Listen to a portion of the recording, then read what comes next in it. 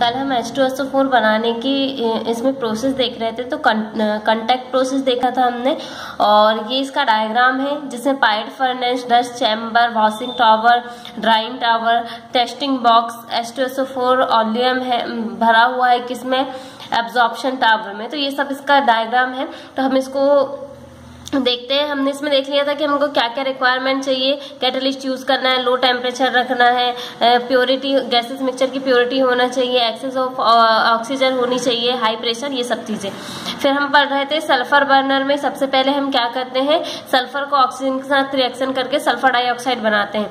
फिर नेक्स्ट उसके बाद आता है dust chamber. Gases evolve from pilot burner are sent into the dust chamber where water vapor is passed with high speed steam deposits on dust particle present in gases and they settle down। तो जो हमको pilot burner से जो मिला हुआ है, gases जो मिली हैं, उसको हम डस्ट चैम्बर में डालते हैं और वहां पे वाटर वेपर हाई स्पीड के साथ वाटर वेपर को इसमें प्रोवाइड करते हैं। तो उससे जो डस्ट पार्टिकल होते हैं गैसेस में, वो नीचे सेटल में बैठ जाते हैं। फिर नेक्स्ट है cooling pipes. These are made up of lead. ये लेड के बने होते हैं।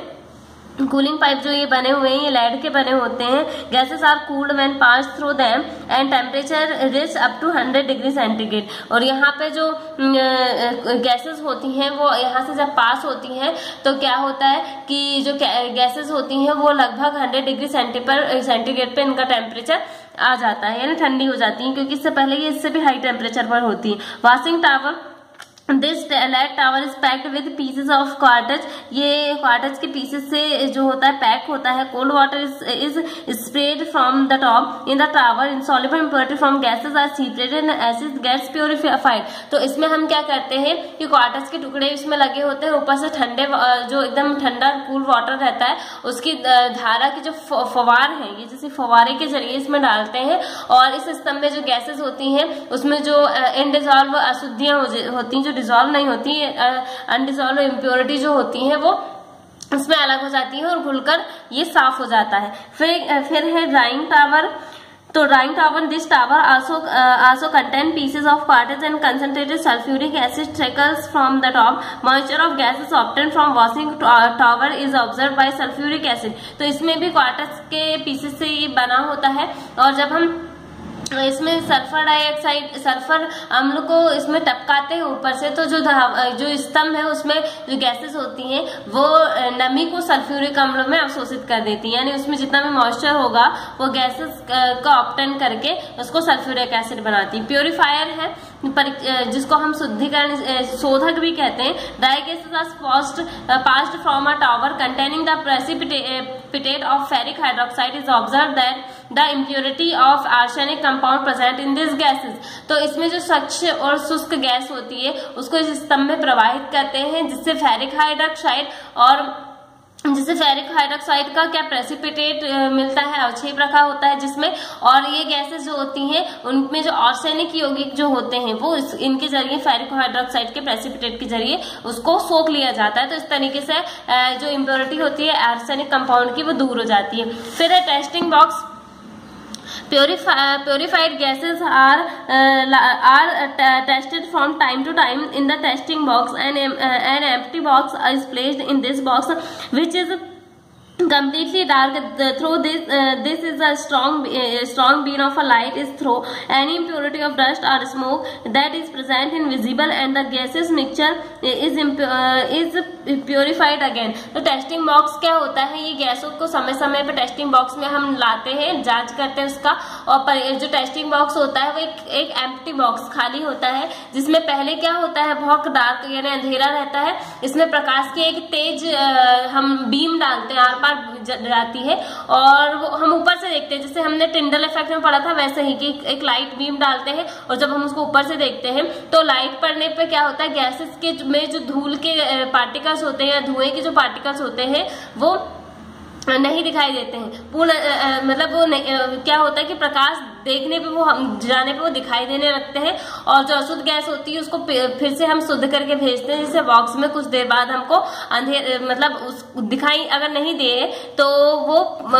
प्योर हो चुका है। मतलब टेस्टिंग बॉक्स में हम ये टेस्ट करते हैं कि लाइट बीम पे हम अगर देखें तो उस एयर में पार्टिकल्स नहीं दिखने चाहिए, अगर दिख रहे हैं तो हम फिर से प्योरीफाई करते हैं, और अगर वो नहीं दिखने चालू हो गए तो वो फिर आगे की ओर चला जाता है। इस तरीके से टेस्टिंग बॉक्स होता है। कनेक्ट चेंबर संपर्क कक्ष क्या है? Here SO3 is produced by the contact of mixture of pure and dry sulfur dioxide and air with the catalyst। तो ये जो है यहाँ पे शुद्ध और शुष्क सल्फर डाइऑक्साइड और वायु का मिश्रण जो है एक कैटलिस्ट के संपर्क में आता है, जिससे SO3 गैस बनती है। तो आपको सिर्फ इतना ही लिखना है।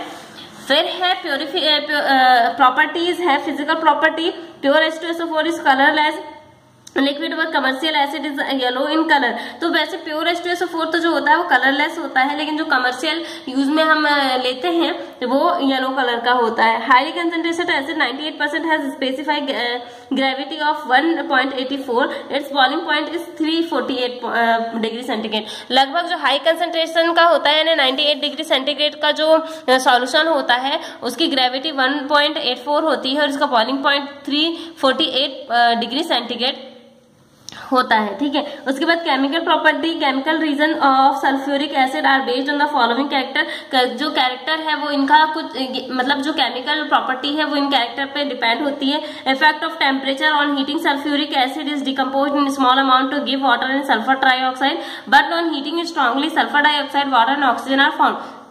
तो जब हम सल्फ्यूरिक एसिड को गर्म करते हैं तो डिकम्पोज होकर ये वाटर और सल्फर ट्राइऑक्साइड देता है, ये इस तरीके से वाटर और सल्फर ट्राइऑक्साइड। लेकिन जब और भी ज्यादा टेम्परेचर पर गर्म करते हैं तो वाटर, सल्फर डाइऑक्साइड और ऑक्सीजन देता है। एसिडिक नेचर, ये स्ट्रॉन्ग एसिड होता है which is ionised in water into 2 step. ये आयन को वाटर को 2 स्टेप में आयनाइज कर सकता है। मेटल के साथ reaction Coal and dilute H2SO4 gives hydrogen gas on reacting with zinc, magnesium, aluminium और iron। Zinc, magnesium, aluminium, iron के साथ H2SO4 जो होता है, जब वो कोल या डायल्यूट H2SO4 लेते हैं तो हाइड्रोजन गैस को रिवॉल्व करता है। Reaction with non metal, carbon, sulphur, phosphorus, non metals elements react with hot and concentrated sulphuric acid to give sulphur dioxide.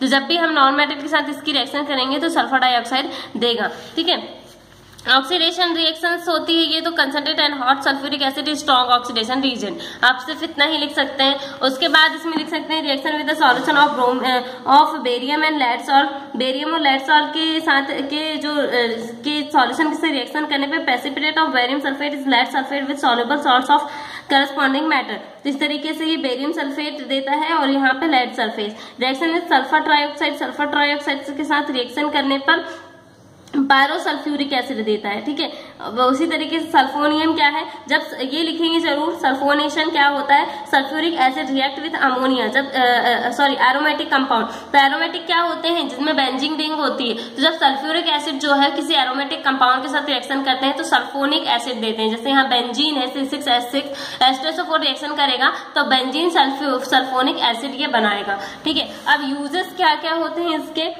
तो in the formation of fertiliser के या खाद के या उर्वरक के प्रिपरेशन में, in the manufacture of phosphorus, washing soda, phosphorus और वॉशिंग सोडा बनाने में, क्रॉस पेपर डाई इंडस्ट्री में, पेट्रोलियम प्योरिफिकेशन में, manufacture of dynamite picric acid, dynamite बनाने में पिक्रिक एसिड या एक्सप्लोजिव बनाने में, विस्फोटक बनाने में, स्टोरेज सेल संचायक बैटरी बनाने में, और as reagent of laboratory for drying and dehydrating laboratory. तो लेबोरेटरी में ड्राई करने में या फिर डिहाइड्रेटिंग करने में यूज होता है इसका। और acid is medicine, dilute acid का यूज मेडिसिन में होता है। For sulphonation, condensation and nitration of organic chemistry. तो ऑर्गेनिक केमिस्ट्री में कंडेंसेशन, नाइट्रेशन में या सल्फोनेशन में इसका यूज किया जाता है। स्ट्रक्चर के बारे में इसमें नहीं देखना है, सिर्फ आपको ये देखना है कि ये एक डाइबेसिक एसिड होता है। तो इसके बेस पे हम क्या करते हैं, इसकी बॉन्ड लेंथ जो होती है सल्फेट की वो इस तरीके से, इसका स्ट्रक्चर ये तरीके से रिजोनेंस बस है। ठीक है, अब है oxo acid of sulphur. Sulphur के कुछ ऑक्सो एसिड्स के नाम दिए हैं। On the basis of structure of oxy acids sulphur these can be divided into 4 group. तो इसमें जो ऑक्सी एसिड्स जो होते हैं उसके आधार पे सल्फर को 4 ग्रुप्स में बांटा गया है। पहला है सल्फ्यूरस एसिड सीरीज। तो सल्फ्यूरस एसिड सीरीज में सबसे पहले आता है सल्फ्यूरस एसिड H2SO3। ठीक है, इस तरीके से इसका स्ट्रक्चर बनेगा।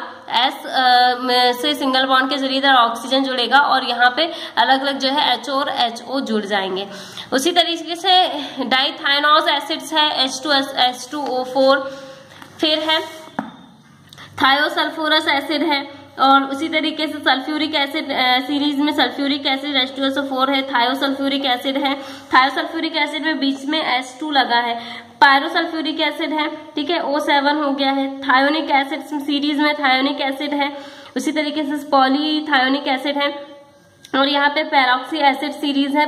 पर मोनोसल्फ्यूरिक एसिड और पर डायलोसल्फ्यूरिक या जिसको हम इसको बोलते हैं कैरो और इसको बोला जाता है मार्शल। ठीक है, तो इस तरीके से ये इनके एसिड की सीरीज है और ये चैप्टर आपका यहाँ पे खत्म होता है।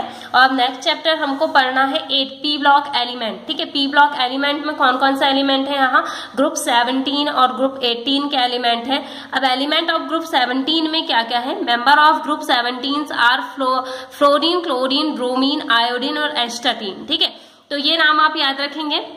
ग्रुप 17 में आते हैं very rare radio active element, बहुत कम मिलने वाले रेडियो एक्टिव एलिमेंट हैं ये। Salts of first 3 elements are found in sea water, therefore they are called halogen. तो हम 17 ग्रुप को हैलोजन ग्रुप क्यों कहते हैं, क्योंकि इसमें जो पहले 3 एलिमेंट हैं फ्लोरीन, क्लोरीन और ब्रोमीन जो है वो क्या होते हैं, सी वाटर में इनके जो सॉल्ट है या लवण के फॉर्म में ये पाए जाते हैं और ये सी वाटर में पाए जाने के कारण इनको हैलोजन ग्रुप कहा जाता है, क्योंकि ग्रीक वर्ड में हैलोस का मतलब होता है सी सॉल्ट फॉर्मेशन करने वाले। ठीक है, the group is collectively known as halogen family, इनको हैलोजन फैमिली कहते हैं। Halogen are placed before inert gases in the periodic table, periodic table में इनर्ट गैस के पहले इनको रखा गया है। Because their atoms are sort of 1 electron than the electronic configuration of a noble gas. तो क्यों रखा गया है इनको पहले, क्योंकि नोबल गैस के जैसा इलेक्ट्रॉनिक कन्फिगरेशन लेने के लिए सिर्फ इनके पास 1 इलेक्ट्रॉन की कमी होती है।